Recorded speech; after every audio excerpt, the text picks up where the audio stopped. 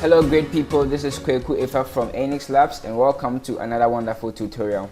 As usual, the full tutorial with every other important thing I will talk about here is on the Enix website and the link is in the description below. So don't forget to check it out with other amazing culturally friendly content from the African tech community. So in this tutorial, we are looking at proximity as one of the hot topics in robotics and building of intelligent machines and systems. You see, with the help of our eyes, we humans are able to appreciate how close or far something is away from us, and we are able to make nice decisions like this one. In the same way, our machines also need to have this kind of knowledge so that they can also detect objects and obstacles in their environment. So because of this, there are so many sensors out there that help to detect proximity. But today we'll be dealing with this FC51 infrared proximity sensor model.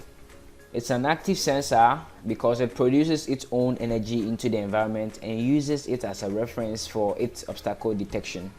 So what happens is that the IR LED sends a beam of infrared out, and if there is any obstacle in its range, the wave will just bounce back and will be detected by the infrared sensor on the model. And one amazing thing is that this model can't actually tell you the very distance the object or obstacle is located, but the only thing it can tell you is that, oh yes, there is an obstacle, or no, there is no obstacle. So you see, it's only advisable to use it for projects or applications where you are not really interested in knowing the particular distance the object is away from your machine or anything. And you see, this should tell you that the output of this sensor is a digital one, and it is only going to output a 1 when there is no obstacle and a 0 when there is an obstacle. So a simple digital read should get you all you need from the sensor.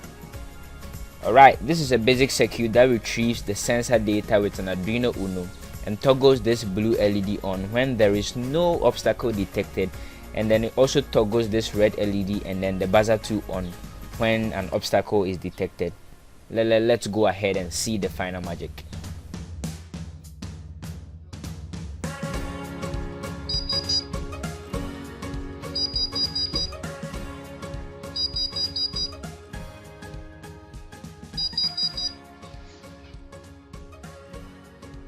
So as you can see, unlike the PIR motion sensor we talked about the other time,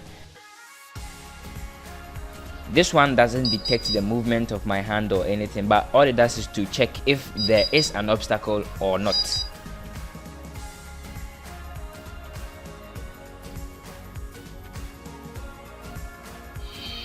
Okay guys, I think we are good to go today, and I can't wait to see you use this sensor to build amazing stuff already.